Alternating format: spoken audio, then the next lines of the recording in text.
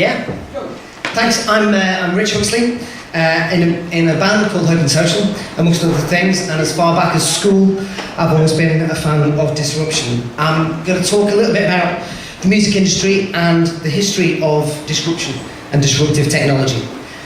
From the printing press through records, through the invention of the radio, the incumbent music industry has always bemoaned the introduction of new technology, sounding it as the death knell. And who would go to a concert if someone could play the piano music at their home? I was in a very serious indie band called For the Hombre, and failing to get that big break, we decided to raise money to form the world's first fan-funded record label. But we followed the advice of the very industry we just shunned. We filled a gulf between us and our audience with PRs, with TV promo people, with radio plugs and management. And that was great. It was totally unsustainable. So we became Hope and Social. And we had a one-point manifesto, which was to only do it if it's fun. And it turns out that what we thought was fun was to break what it means to be a proper band.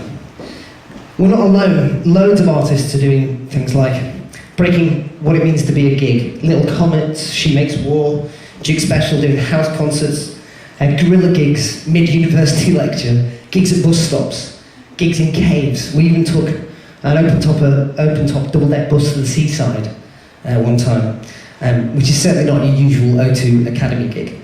But all over the world, artists are challenging what it means to release music.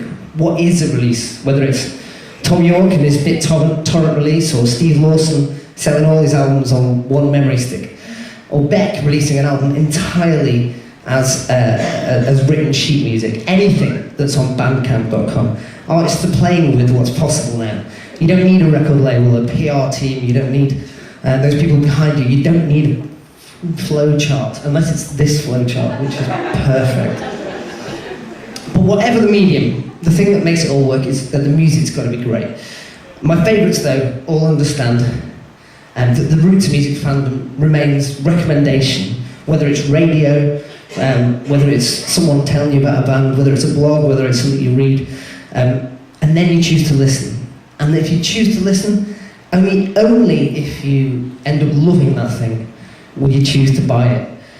So artists are finding new ways to give people an experience, to get things they can't get elsewhere, to connect with people in new and interesting ways, whether it's turning your studio into a bistro for the evening and recording them as a wine bottle orchestra, or so they make the album with you, or making one-off events where you gather together all the amazing things that you love in one place, from Manjit's Kitchen to bands to community choirs, and show off the stuff that you really care about. We wanted to break the notion of performer and audience, and because it feels awesome when we get to make records and do gigs, we thought it'd be really nice if more people could do that.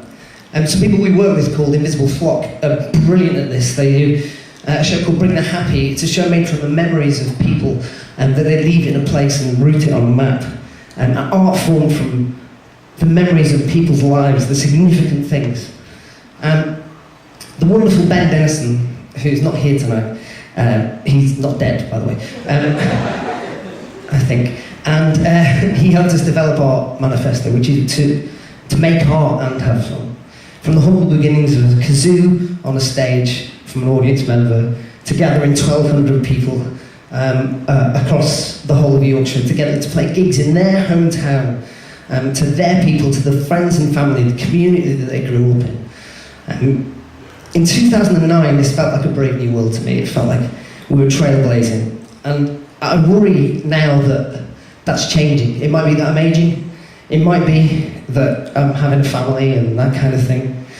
I used to see graffiti like that in Hyde Park, like the brilliant 20,000 more teenage girls with eating disorders because you're worth it, L'Oreal, or that.